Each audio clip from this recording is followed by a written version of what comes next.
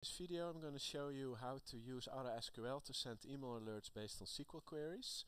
So here I have AutoSQL, which allows you to automate your SQL queries, export them to Excel for example, but also send an email. So in this case I prepared some of the general settings where I have a master data check. So here I have my email settings, which are used to send emails. And here I have my one action in this case. You can add many more, but here we have a connection to my Microsoft SQL server and one query that reports on products without any reorder points. So if I test the query, I see 4 entries. And now if you go to output, there I prepared an output to an Excel file on my desktop, but also to send an email. So I'm going to send an email to support@autosql.net with a little text about how many rows we found. And here I say that we want to attach the results. So now if I run this action, it first executes the query, saves it to Excel, and then also sends the email. So here it reports that it has done this successfully.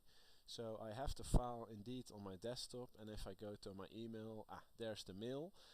And it says, okay, we found 4 issues and we have the Excel file attached. Now if you look at the result, you actually see that although you don't have reorder points, the material is actually discontinued. So we have to change the query a little bit to only show results for not discontinued products. So I say discontinued is also 0. Now if I run the query, it doesn't give me any results. So I don't have any products with the issue currently.